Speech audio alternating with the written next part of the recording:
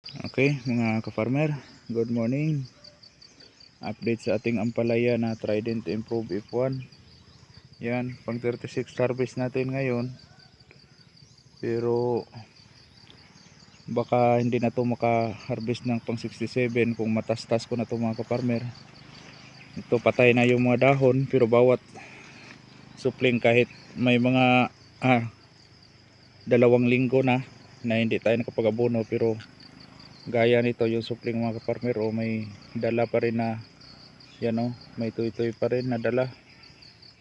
Yan, bawat lumalabas na supling may bunga na dala. Itong mga bagong plat mga ka-farmer, dyan kasi tayo magtatanim ng bago. Yan, kaya pwede pa naman to pahabain pa, maabot pa to hanggang 50 na harvest, kaso may ano na tayo, pinaghahanda. Gaya niyan, wala nang ulan dito, halos 2 buwan na.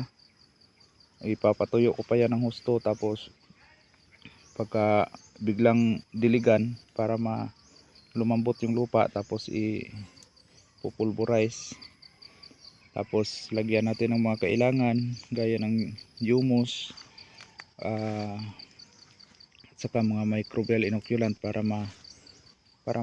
mapakondisyon yung lupa bago tayo magtatanim ng panibago. Yan, may mga bunga pa naman sa unahan, marami pa.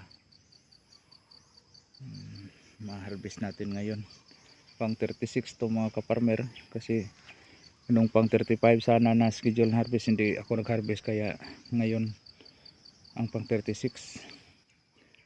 Kahit pa paano, kahit mga class B na kadalasan nito, pero may makukuha pa rin. Tsaka mahal ang gulay dahil walang ulan, so maraming gulay ngayon na hindi nagsusurvive. So mas pabor dito kung masipag ka lang magdidilig araw-araw, kung maaari 2 beses isang araw, para mananatiling basa yung lupa, mananatili yung moisture. Okay, yun lang mga ka-farmer. Nga pala, mayroong fruit fly, yan yan yung nanunusok. Yan, yun babae yan. Yan yung nanunusok, yung lalaki hindi nanunusok ng bunga. Yan, kaya yun sila sumisira niyan. Okay, yun lang muna mga ka-farmer. Hanggang sa susunod, update lang sa mga pananim dito.